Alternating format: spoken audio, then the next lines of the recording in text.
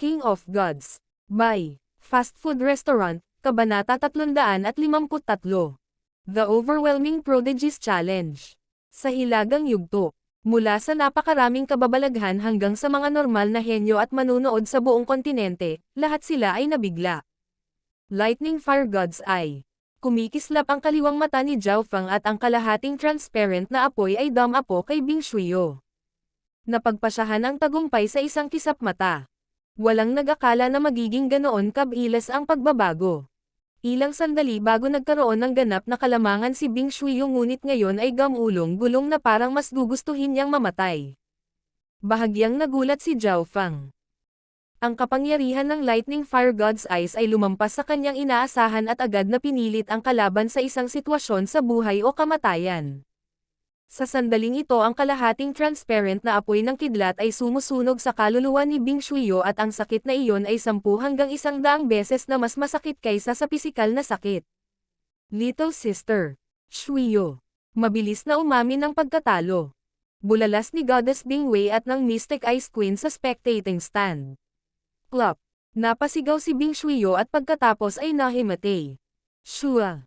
Ikinaway ng judge ang True Dragon Flag habang matalim ang tingin niya kay Zhao Feng. Weng. Ang True Dragon Token ni Zhao Feng ay naging mas maliwanag at naging malabong pilak mula sa malalim na tanso. Ang kanyang Dragon Blessing ay tumaas ng malaking margin. Nang dumating si Zhao Feng mula sa entablado ay nakita niya ang malamig na hangarin ng pagpatay kay Goddess Bing Wei pati na rin ang selos at galit ng ghost-eyed na lalaki. Kahit na ang kanyang katanyagan ay lumago pagkatapos ng laban na ito ay nasaktan niya ang isa sa mga napakaraming kababalaghan at naging dahilan upang magselos ang lalaking may mata ng multo. Ang pangunahing punto ay upang mabilis na mabuo ang ugat ng batas. Umupo si Zhao Feng at nagsanib ang mga insight sa kanyang isipan at nakipag-ugnayan sa nakapalibot na Heaven Earth Yuan Chi. Ngayon, ang labanan ng 5 zone ay pumasok sa mga huling yugto at sa Northern Stage ay 4 na itim na kabayo. Si Zhao Feng lamang ang nagkaroon ng 45 panalo. Ang labanan noon lang ay ginawang si Zhao Feng ang numero 1 itim na kabayo sa Northern Stage.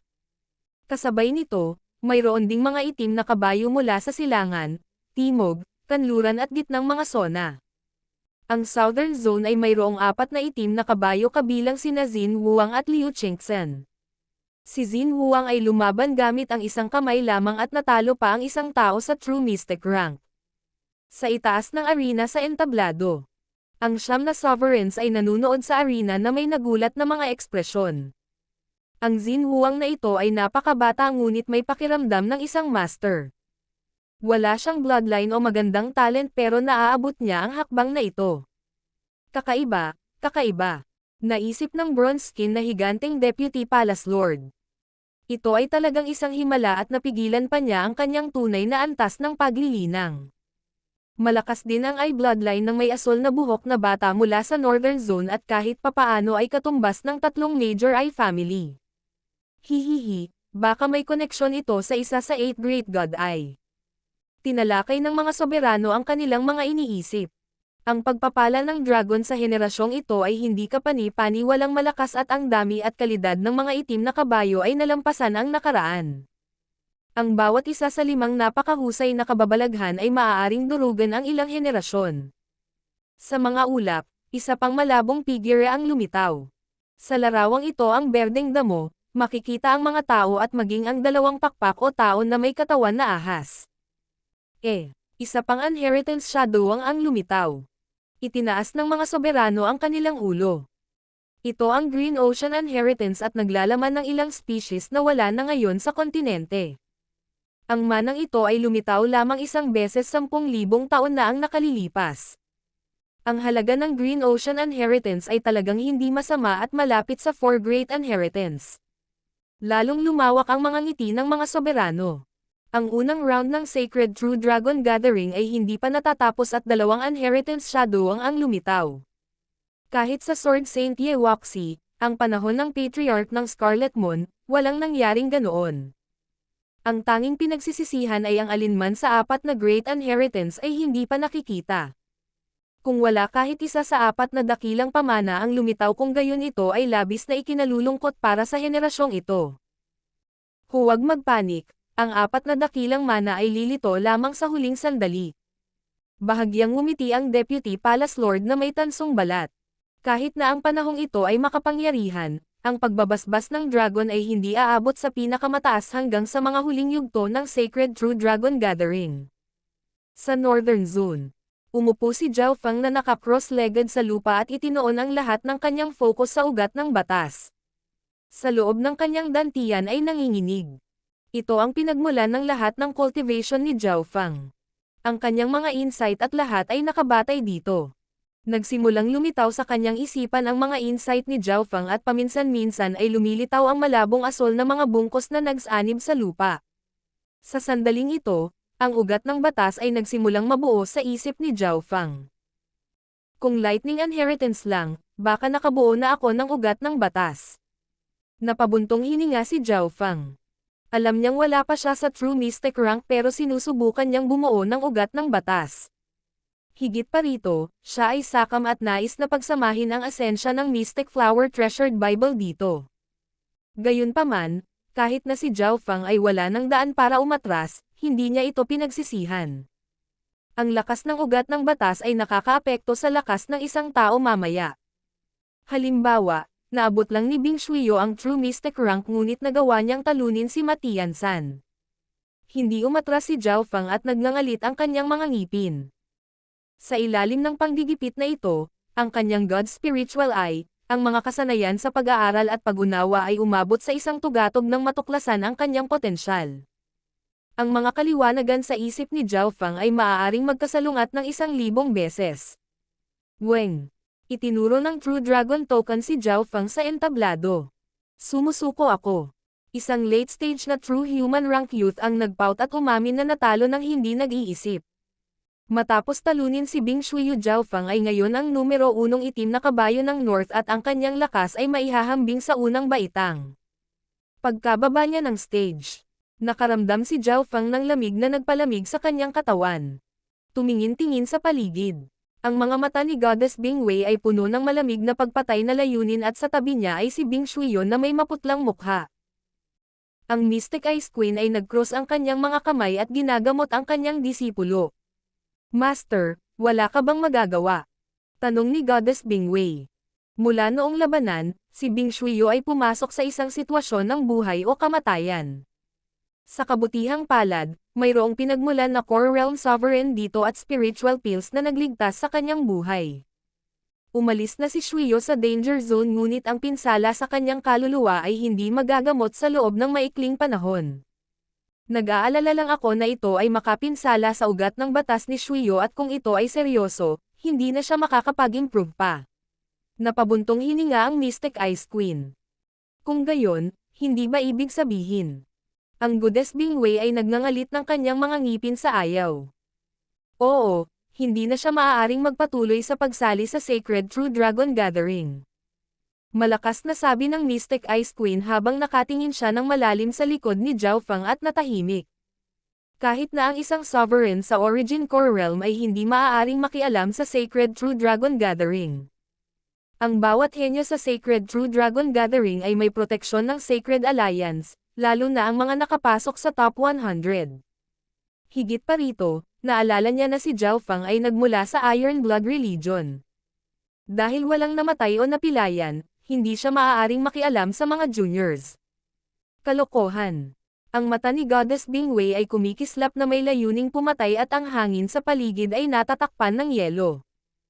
Sovereign, gusto kong hamanin si Zhao Feng. Inilabas ni Goddess Bing Wei ang kanyang kumikinang na gintong True Dragon Token at ang kanyang Dragon Blessing ay sumaklaw sa buong Northern Zone. Ayon sa mga panuntunan ng Sacred True Dragon Gathering, lahat ay may 3 pagkakataon na hamanin ang isang tao. Bago ginamit ni Bing Shuyo ang ganitong paraan para hamanin si Zhao Feng at sa pagkakataong ito ay gagawin din ni Goddess Bing Wei ang paraan para ipaghiganti ang kanyang kapatid. Kahit na hindi ko sinasadyang pumatay sa Sacred True Dragon Gathering, papatayin kita kahit na kailangan kong mawala ang ilan sa aking Dragon Blessing. Kahit papaano ay lampuin kita at sisirain ang iyong kultibasyon. Ang mukha ni Goddess Bing Wei ay puno ng hangarin na pagpatay at ang kanyang Snow White na halos perpektong mukha ay baluktot. Dumagundong ang True Dragon token ng napakaraming prodigy at isang malabong gintong dragon ang nakabalot kay Goddess Bingwei. Oh, anong nangyayari? Ano ang ginagawa ni Goddess Bingwei? Hinahamon ang isang itim na kabayo bilang isang napakalaking kababalaghan. Ang eksenang ito ay nagulat sa buong sinaunang arena. Si Yu Tianhao, mula sa Middle Zone. Tan Lanyo, mula sa Eastern Zone.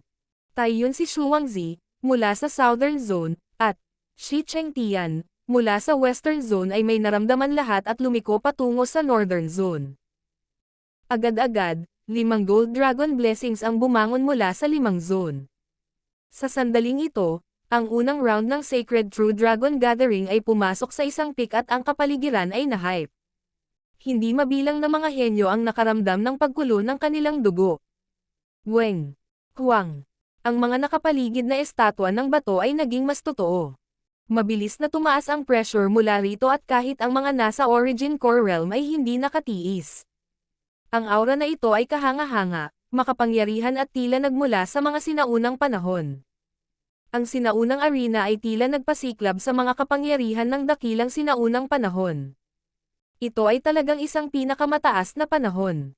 Ang mga mata ng bronze na balat na higanteng Deputy Palace Lord ay puno ng pananabik. Pagkatapos, isa pang anino ang lumitaw mula sa mga ulap. Sa pagkakataong ito, ang larawan ay napuno ng mga ulap at ang mga eksena ay tila nakatambak ng mga karagatan ng dugo at mga bundok ng mga bangkay na kahit na ang mga henyo sa loob ng sinaunang arena ay nararamdaman. Oh, ito ang pamana na nagmumula sa Scarlet Moon Inheritance. Bakit napakabilis na lumitaw ang pamana ng Scarlet Moon? Ang Scarlet Moon Inheritance ay talagang karapat-dapat na maging isa sa 4 Great Inheritance. Kalalabas lang nito at itinulak sa gilid ang 2 pang mana. King of Gods, Kabanata 354. Tapos na para sa iba. Walang nag-isip na bago pa man matapos ang unang round ng Sacred True Dragon Gathering, lalabas ang mana na sumasalamin sa Scarlet Moon Inheritance. Ang Scarlet Moon Inheritance ay nireranggo na ikatlo sa 4 Great Inheritance at natanggap ng Scarlet Moon Patriarch ang manang ito. Ang mga sovereign na ito sa Sacred Alliance ay natigilan. Teka, may mali. Bagamat ang henerasyong ito ay puno ng mga henyo at may 5 napakahusay na kababalaghan, ang unang round ay hindi pa rin sapat upang maakit ang 4 na dakilang mana. Ang bronze skin na Deputy Palace Lord ay kumunot ang kanyang kilay at naramdamang may kakaiba. Weng. Ang madugong larawan sa ulap ay naging malabo at tila hindi matatag. Bigla. Shua. Isang malaking duguan na kamay na halos 100 yarda ang haba ay lumitaw sa harap ng mana ng Scarlet Moon. Shua. Ang anino ng Scarlet Moon Inheritance ay agad na nawala. Anong nangyari?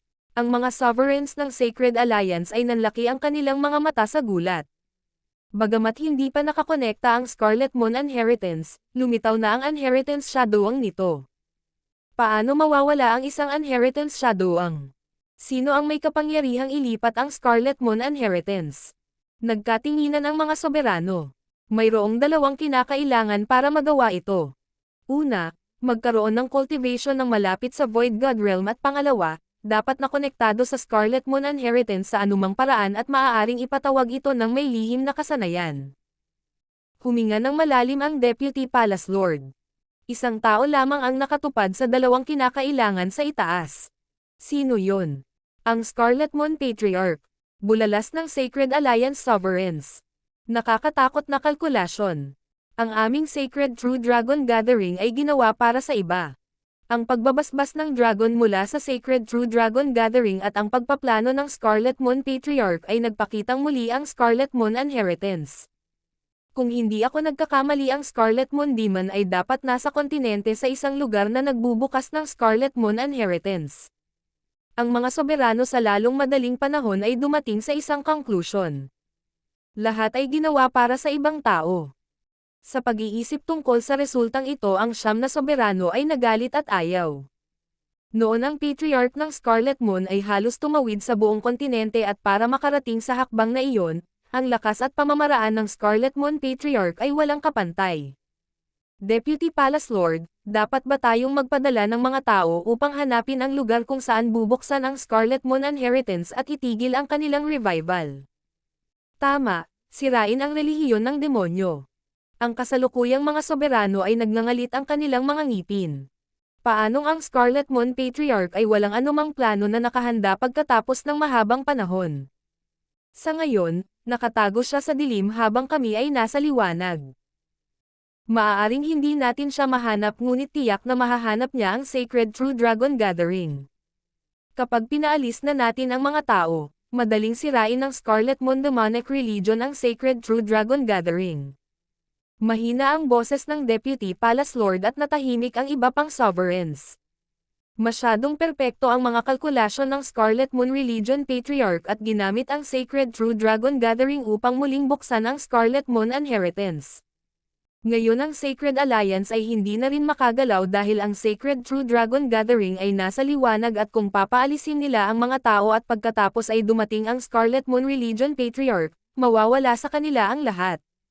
Pagkatapos ng lahat, ang Scarlet Moon Religion Patriarch ay isang alamat na kayang takpan ang langit gamit ang kanyang kamay. Sino sa kontinente ang nang-ahas na harapin ang Scarlet Moon Religion Patriarch? Lahat. Ito ay isang maliwanag na panahon at ang pagkakataong lumitaw ang Heaven's Legacy Inheritance ay palaging tumataas. Kapag dumating na ang Heaven's Legacy Inheritance, babaguhin nito ang sitwasyon ng kontinente at mas kapaki-pakinabang kaysa sa Scarlet Moon Inheritance.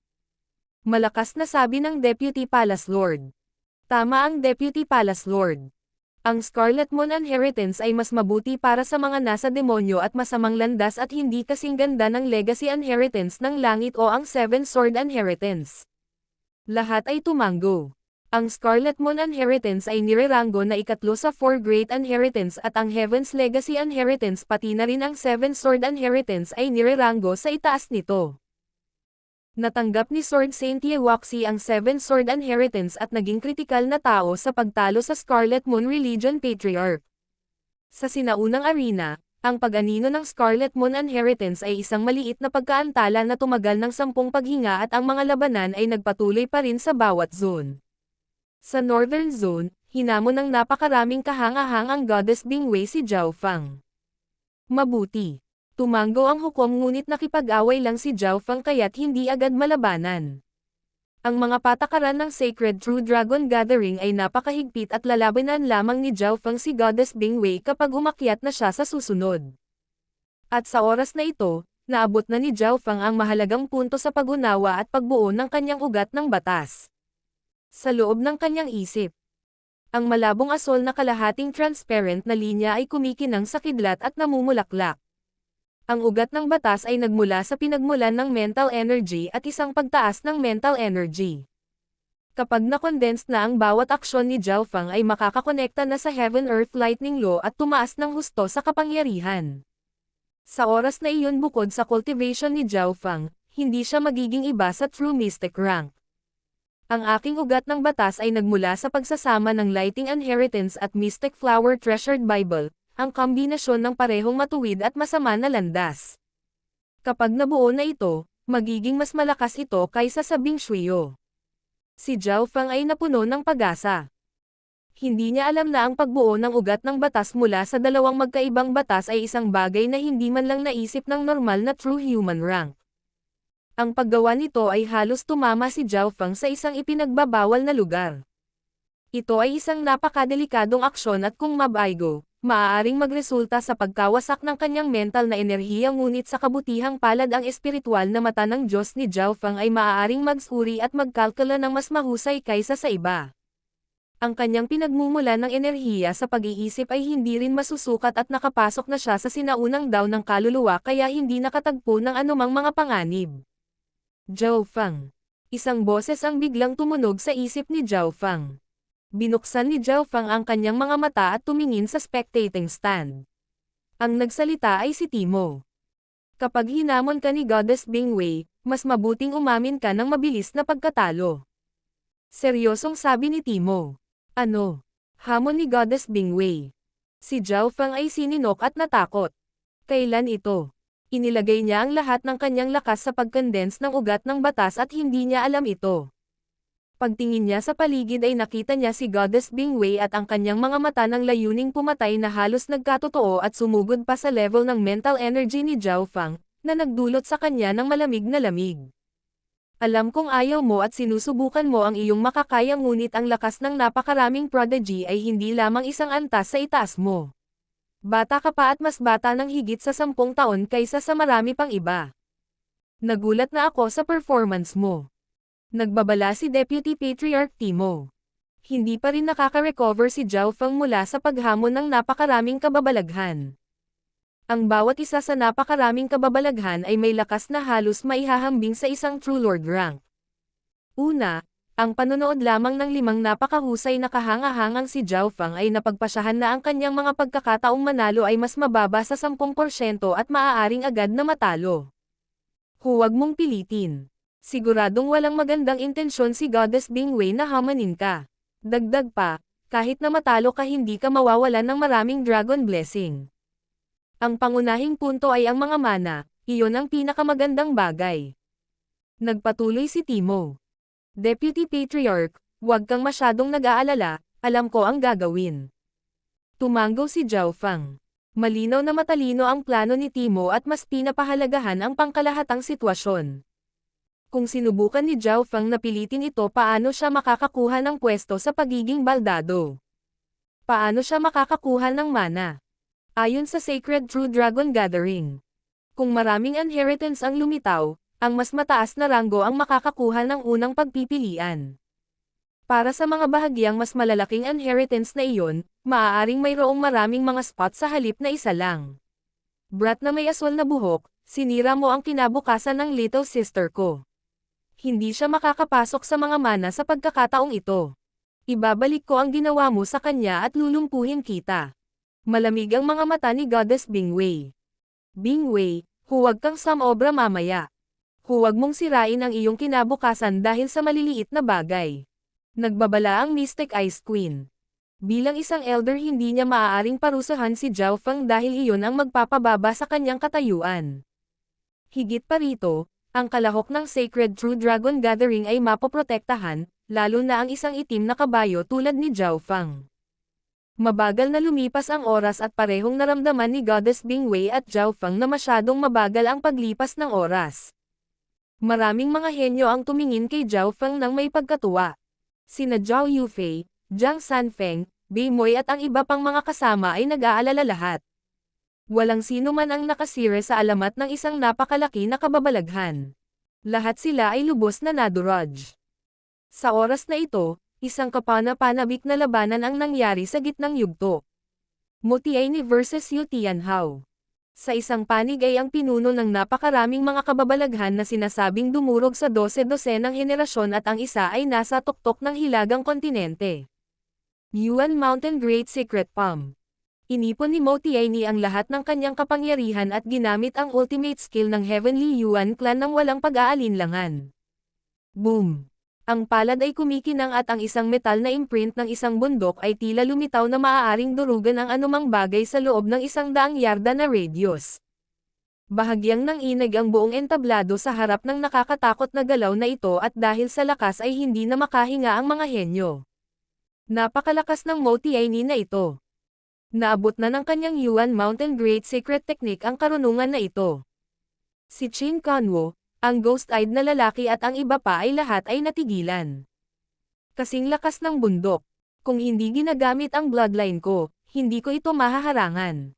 Tumalon ang puso ni Zhao Feng. Naabot na ni Mo Tianyi ang hakbang na ito. Unparalleled under the heavens. Walang ekspresyong itinulak ni Yu Tianhao ang isang palad na tila nangingibabaw sa lahat. Boom! Tila yumanig ang langit sa harap ng palad na ito at isang mahiwagang liwanag ang tila pumutok sa langit, na sinisira ang lahat at anuman sa landas nito. Anong nangyayari? Mayroon siyang kapangyarihan sa labanan ng isang True Lord rank. Ang Yu Tianhao na ito ay talagang karapat-dapat na maging isang napakahusay na kababalaghan na nalampasan ang 12-dosenang henerasyon. Nalampasan niya si Sword Saint Ye Wuxi, ang Scarlet Moon Patriarch noong kaedad niya sila. Ang buong gitnang yugto ay nabalot ng makapangyarihang unparalleled ni Yu Tianhao sa ilalim ng husay ng heaven. Bam! Lumipad ang anyo ni Mo Tianyi at tumalsik ang isang bibig ng dugo sa himpapawid habang ang kanyang mukha ay pumuti. King of Gods, Kabanata 355. Aminin ang pagkatalo. Si Mo Tianyi, ang alamat ng hilagang kontinente ay nasugatan sa isang galaw lamang ng napakaraming prodigy na si Yu Tianhao. Bumagsak si Mo Tianyi sa lupa at pinunasan ang dugo sa gilid ng kanyang bibig dahil sa pagkabigla. Gaano kapareho ang eksenang ito mula sa huling Sacred True Dragon Gathering. Marami siyang pinagbuti sa nakalipas na 10 taon ngunit pareho ang resulta. Shua. Lumitaw ang figure ni Yu Tianhao at sinabi sa mababang tono. Ikaw ang unang nakatanggap ng isang suntok mula sa akin sa Sacred True Dragon Gathering at may kakayahan pa ring lumaban. Lumitaw ang kapitan sa mukha ni Mo Tianyi. Kaya, paano kung maaari siyang kumuha ng isang suntok?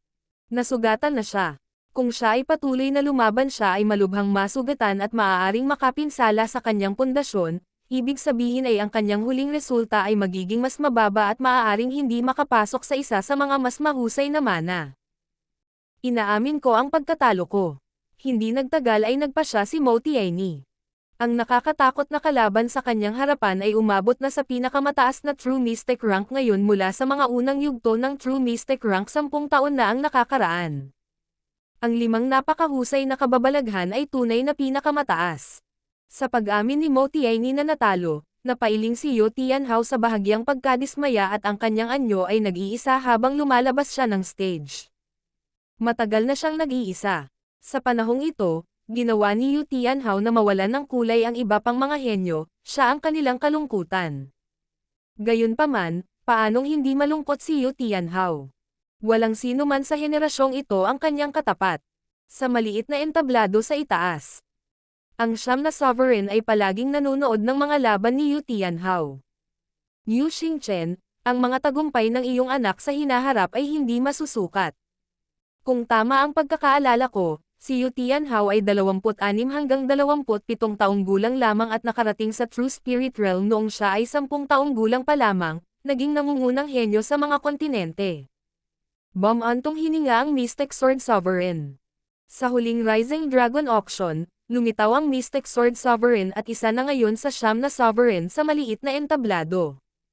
Ang ilang mga Sovereign ay tumingin sa isang gwapong figure na may inggit. Siya ang ama ni Yu Tianhao, si Yu Xingchen. Hihihi, paano kung sabihin ko sa iyo na sinadya ni Yu Tianhao na pigilan ang sarili niya para hindi makalusot? Kung hindi siya ay maaaring nasa True Lord rank siya ngayon. Ngumiti si Yu Xingchen. Nang marinig ito, ang puso ng mga soberano ay nanginginig. Kung ganoon nga ang kaso, ang Sacred True Dragon Gathering na ito ay wala ng saysay. Halimbawa, Taiyun Shuangzi, Goddess Bingwei at ang iba pa ay walang anumang banta sa kanya. Bahagyang bumantong hininga si Yu Xingchen.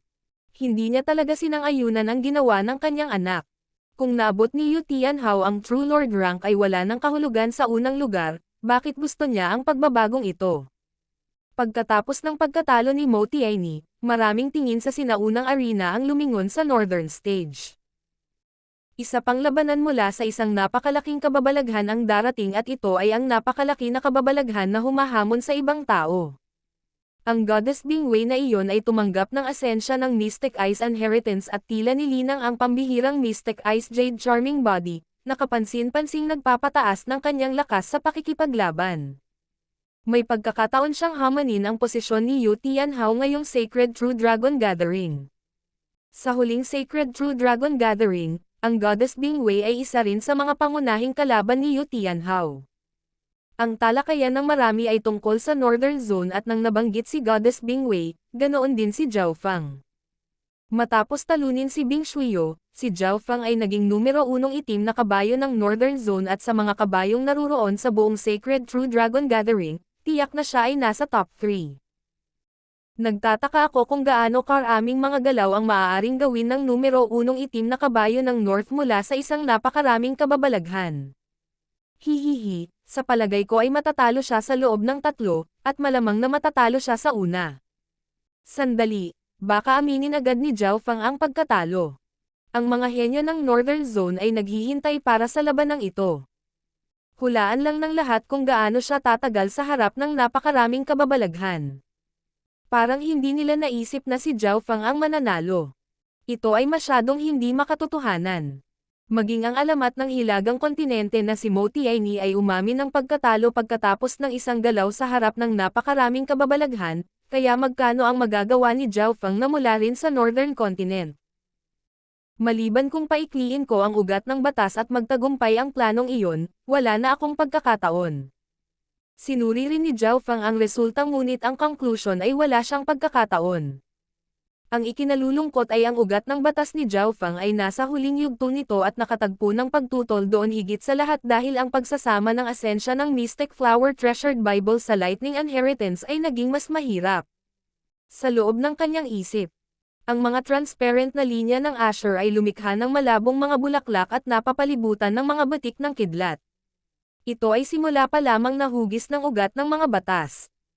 Hindi pa ito ganap na nabuo ngunit kahit noon pa man, mayroon pa ring kaunting kakayahan si Zhao Fang na isagawa ang Heaven Earth Yuan Qi at lumikha ng higit na kapangyarihan. Ang kanyang pagsisikap ay hindi nasayang. Ang lakas ni Zhao Fang ay tumaas ng husto. Weng! Bigla siyang itinuro ng kanyang True Dragon Token patungo sa Northern Stage. Nagsisimula na sa wakas. Ang goddess si Bingwei ay naiinip na umakyat sa entablado. Bingwei, hinahamon mo si Zhao Fang. Kung manalo ka, kalahati lang ng karaniwang halaga ng Dragon Blessing ang makukuha mo at kung matalo ka, doble ang talo mo sa karaniwan. Walang emosyong sabi ng judge. Sa isang normal na labanan ang matatalo ay mawawala ng maliit na bahagi ng kanilang Dragon Blessing at kahit na manalo si Bingwei sa laban na ito, kalahati lang ng karaniwan ang magagawa niya. Nangangahulugan ito na kahit natalo si Zhao Fang, hindi gaanong nabawasan ang pagpapala ng dragon. Kinukumpirma ko, walang pagdadalawang isip na sagot ni Bingwei. Ginamit niya ang parehong paraan tulad ng kanyang kapatid na babae upang labanan si Zhao Fang. Shua. Ang figure ni Zhao Fang ay naging isang arko ng kidlat na damapo sa Northern Stage. Ang ugat ng batas ay bahagya ng namuo ngunit naramdaman ni Zhao Fang na ang Heaven Earth Yuan Qi ay mas malapit at ang kanyang bilis ay tumaas. Zhao Fang, hindi ka aaminin na talo ka, hindi ba? Ngumiti si Goddess Bingwei habang malamig na kumikislap ang kanyang mga mata. Aminin ang pagkatalo.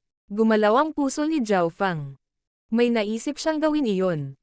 Bago pa siya makapagsalita, hindi ka magkakaroon ng pagkakataon. Ang mga mata ni Goddess Bingwei ay kumislap at ang kanyang Snow Jade Perfect Figure ay naglabas ng mapangwasak na lamig na tila nagmula sa isang sinaunang nilalang. Sa sandaling iyon ang hangin sa paligid ay tila nag-freeze at si Zhao Fang ay sininok habang ang isang mapanganib na pakiramdam ay bumabalot sa kanyang katawan. Matapos maranasan kung ano ang pakiramdam na harapin ang isang napakalaking kababalaghan, naunawaan ni Zhao Fang ang kanilang kapangyarihan, ito ay tulad ng pagharap sa isang True Lord rank. Mabilis na inamin ni Zhao Fang ang pagkatalo. Napagtanto ni Timo sa lugar ng nanunood na may mali at napabulalas ngunit napakabilis ng pag-atake ni Goddess Bingwei. Extreme Northern Ice Wind.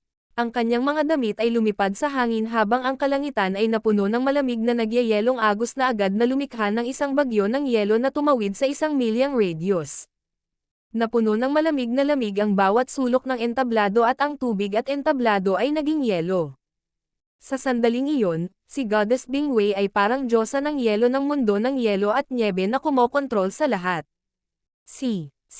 Isang layer ng yelo ang nabuo sa paligid ni Zhao Fang at ang kanyang bloodline power pati na rin ang True Spirit Qi ay nabura ng malamig na lamig.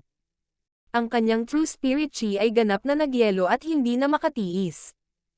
Kaya, ito ang kapangyarihan ng napakaraming kababalaghan. Naramdaman ni Zhao Fang na nawalan ng malay ang kanyang mga paa. Isang hininga mamaya, nawalan ng ganap na kontrol si Zhao Fang sa kanyang katawan at ang lamig ay sinubukang palamigan ang kanyang kamalayan. Para siyang estatwa ng bato na nanatiling nagyelo sa kinatatayuan. Sa puntong ito ang tanging bagay na magagalaw ni Zhao Fang ay ang God's Spiritual Eye. Mapaglarong ngumiti si Goddess Bingwei habang ang hangin ng transparent na yelo ay nabuo sa kanyang palad at mas malakas kaysa dati. Hindi maganda. Ang God's Spiritual Eye ni Zhao Fang ay nakalock sa hangin sa kamay ni Goddess Bingwei. Ito ay mas malakas at mas condensed kaysa sa Extreme Northern Extreme Wind. Isang panganib na hindi kailanman bumalot sa kanya. Sinabi sa kanya ng instinct na kung ang bola ng hangin na iyon sa kamay ni Goddess Bingwei ay lipad siya ay magiging selyadong sa walang hanggang pagtulog at magiging isang tunay na estatwa ng yelo na walang buhay. Nawalan na ako ng kakayahang gumalaw. Kung sinasadya niya akong patayin, mawawalan siya ng karapatang sumali sa Sacred True Dragon Gathering. Ang kalmadong isipan ni Zhao Fang ay umikot at napagtanto na hindi ito sinasadya ni Goddess Bingwei. Ito ay hindi katumbas ng halaga. Kung gusto ni Goddess Bingwei na ipaghiganti ang kanyang kapatid, ang pinakamahusay na paraan ay ang pilayin si Zhao Fang o gawin ito para hindi na siya makasali sa Sacred True Dragon Gathering, na walang pagkakataon sa mga mana. Buksan ang bloodline. Ang kaliwang mata ni Zhao Fang ay nagningning ng misteryosong asol habang ginagamit niya ang kanyang God Spiritual Eye para i-activate ang kanyang bloodline power. Isang manipis na ice blue na tato ang lumitaw sa balat ni Zhao Fang. Weng. Ho. Isang malabong napakagandang figure na nakaupo sa isang trono ng yelo ang biglang lumitaw sa likod ni Zhao Fang at ang lamig sa katawan ni Zhao Fang ay agad na hangina. Extreme Northern Mystic Wind.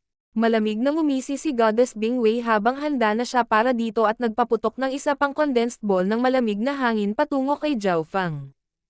Hong. Ho.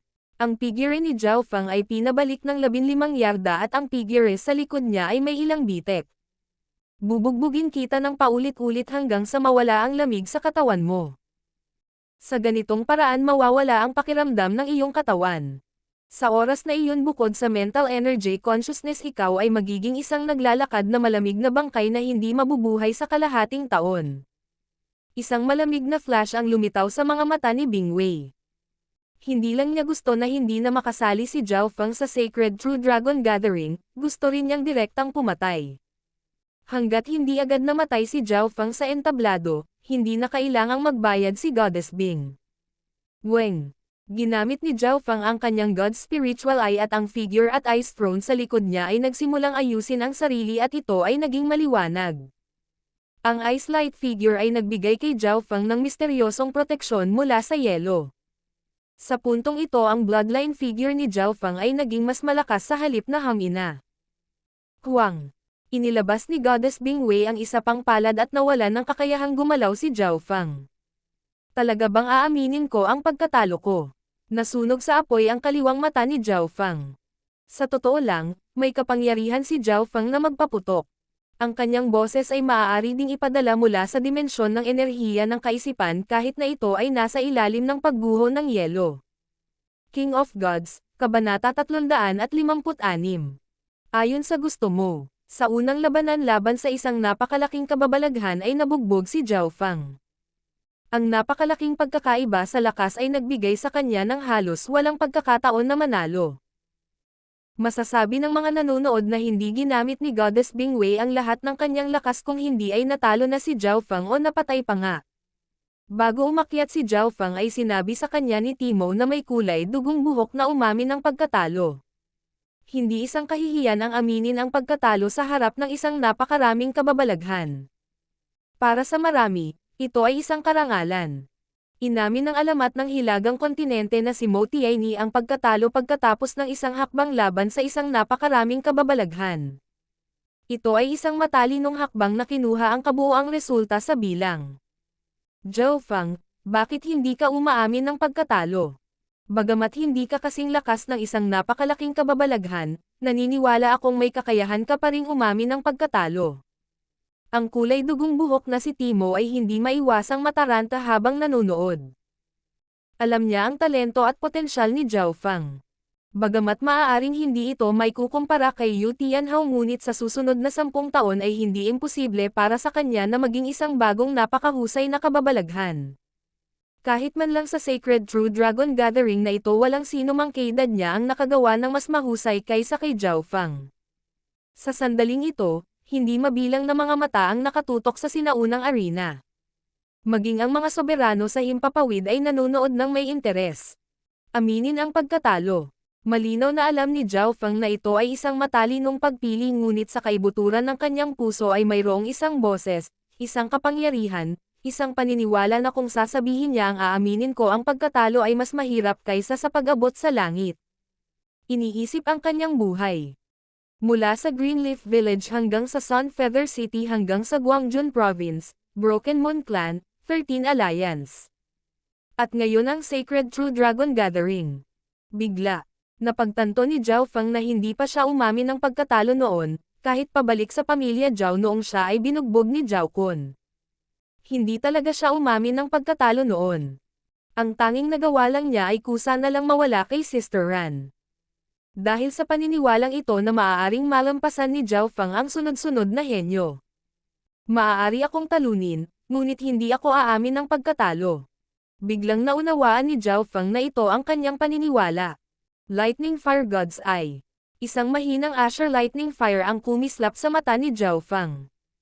Shoo!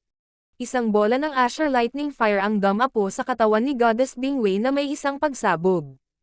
Matapos maunawaan ang ugat ng mga batas, ang kapangyarihan ng kanyang Lightning Fire God Eyes ay tumaas ng isa pang antas at naging mas madaling gamitin.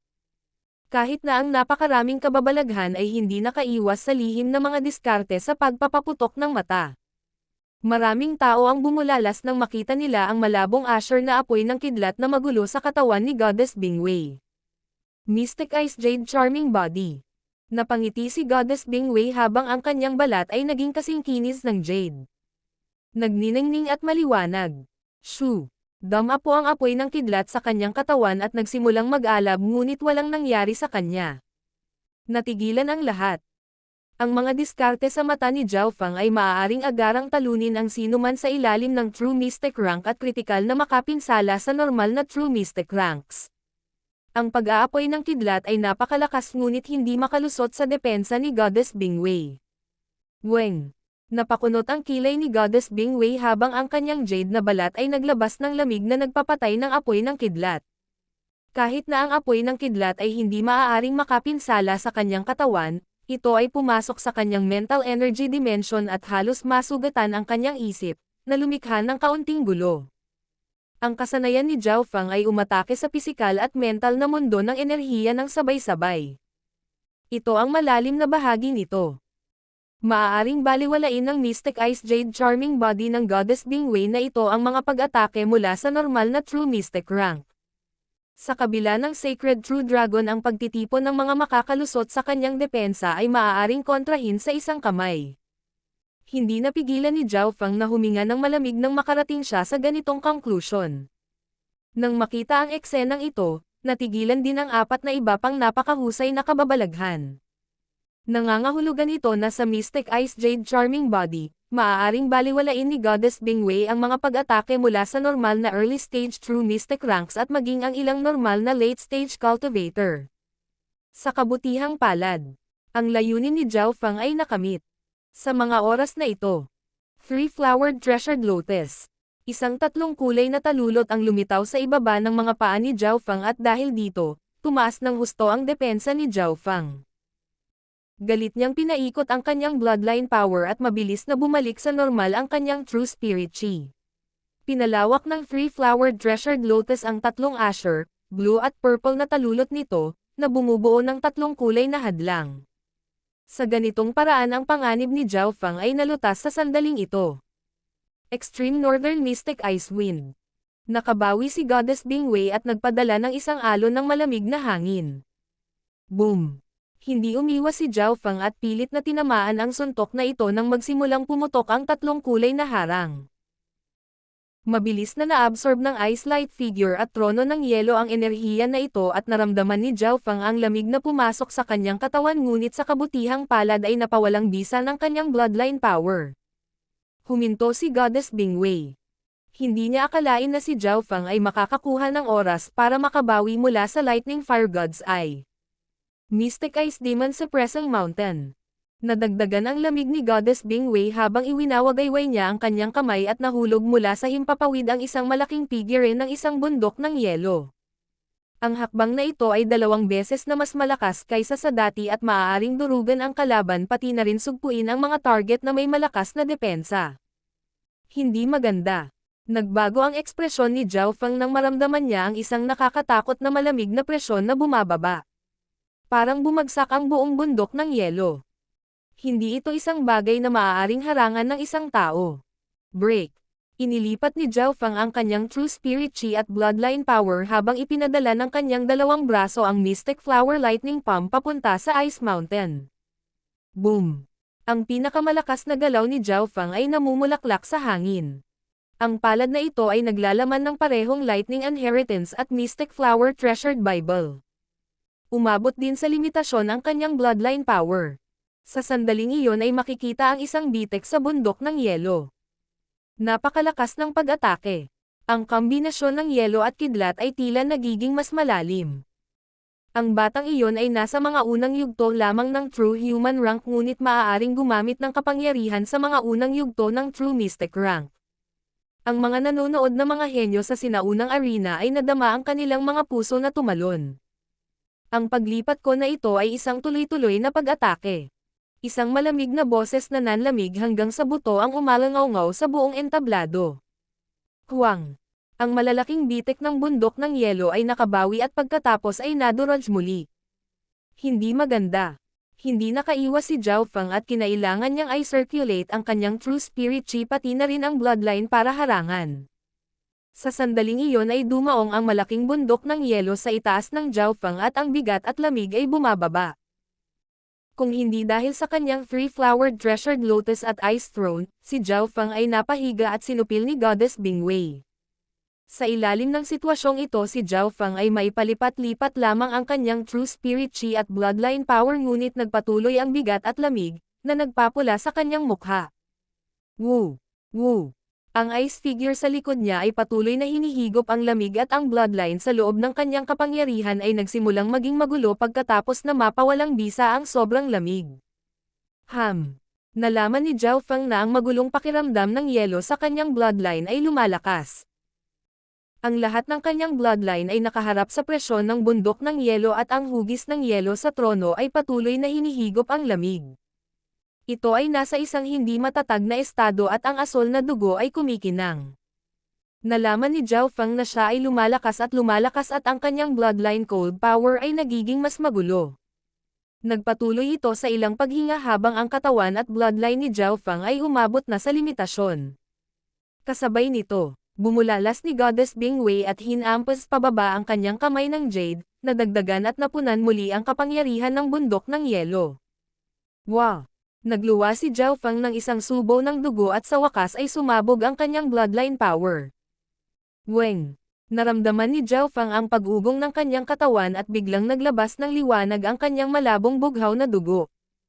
Ang bloodline sa buong katawan niya ay nagsimulang kumislap at sa ibabaw ng balat ni Zhao Fang ay tila isang kristal na patong ang malabong asol na mga linya. Pang! Lumakas ang lakas ni Zhao Fang at sa wakas ay tumagal ang kanyang bloodline power sa Ice Mountain. Ho! Si Timo na nanonood ay nagpakawala ng mahabang hininga at ang kanyang ekspresyon ay komplikado. Dahil sa presyon na ito, ang kanyang bloodline power ay babalik ng isang hakbang pabalik sa kanyang ninuno.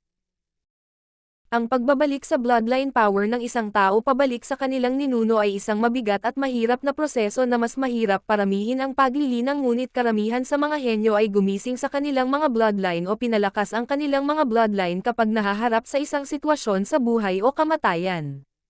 Si Wang Xiaoguai ay isang taong tulad nito. Palagi siyang lumalaban ng walang pagsasaalang-alang sa kanyang buhay. Ito ang unang pagkakataon na ang kapangyarihan ng bloodline ni Zhao Fang ay bumalik ng isang hakbang pabalik sa ninuno nito. Ang kanyang landas ay masyadong maayos at hindi nakakatugon sa masyadong maraming desperadong sitwasyon. Ngayon sa kasalukuyang sitwasyong ito sa wakas ay na-activate ang kanyang bloodline power. Matapos ang kanyang bloodline na kapangyarihan ay muling tumakas ng isang hakbang pabalik ang kapangyarihan at elemento ng yelo ni Zhao Fang ay parehong tumaas. Weng! Huwang! Ang bundok ng yelo ay sa wakas ay hinarang ni Zhao Fang at ang hugis ng yelo at trono sa likod niya ay naging mas malinaw at nagbigay sa kanya ng karagdagang proteksyon. Nag-evolve ang bloodline power ng brat na ito sa sandaling ito. Nagalit at nabigla si Goddess Bingwei. Ang lahat ng ito ay dahil sa kanya. Kung hindi niya ginamit ang kanyang mga kapangyarihan ng elemento ng yelo o nagdulot ng matinding pressure, paano ito makakamit ni Zhao Fang? Brat! Iyan ay walang silbi. Kahit na gumawa ka ng breakthrough ngayon, wala kang mababago. Ang mga mata ni Goddess Bingwei ay nanlamig at ikinaway niya ang kanyang kamay, mas nakipag-ugnayan sa langit na Earth Yuan Chi. Boom! Ang hugis ng bundok ng yelo ay tumaas sa 40 hanggang 50 yarda at naging mas malamig. Hindi maganda, Zhao Fang. Aminin mo agad ang pagkatalo. Malaking pagbabago ang ekspresyon ni Timo nang tuluyang nabaliw si Goddess Bingwei at hindi na nagpapigil pa. Gayunpaman, hindi inamin ni Zhao Fang ang pagkatalo at sa halip ay ngumiti. Itinulak ng dalawang kamay niya ang Ice Mountain at dahan-daang pumikit. Gumastos siya ng malaking halaga ng True Spirit Chi sa loob ng kanyang dantian, ngunit kasabay nito ay isang mas lihim at dalisay na Source of True Spirit ang muling nagpupuno sa kanya. Ito ang Source of True Spirit ng Watermoon Pirate na laging itinatago ni Zhao Fang. Makakalusot ako. Ayon sa gusto mo. Biglang huminga ng malalim si Zhao Fang at isang mas malakas na True Spirit Chi ang lumabas mula sa kanyang Source of True Spirit. Ang bottleneck ng mga huling yugto ng True Human Rank ay parang papel na madaling nabutas.